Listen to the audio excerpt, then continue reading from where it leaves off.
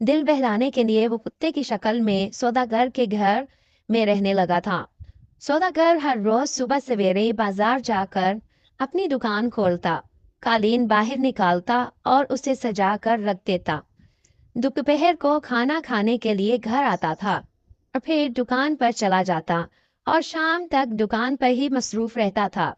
उसकी जिंदगी इसी तरीके से गुजर रही थी।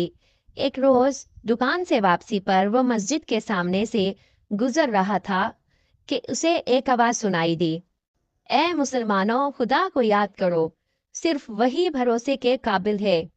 ए गुनाहगारो, खुदा सब कुछ देखता है, उसी की तारीफ करो। याद रखो कि हज करना हर मालदार मुसलमान पर फर्ज है। आप में से जो भी खुदा का घर देखना चाहता है, रसूलुल्लाह सल्लल्लाहु अलैहि वसल्लम के रोजे की जियारत करना चाहता है,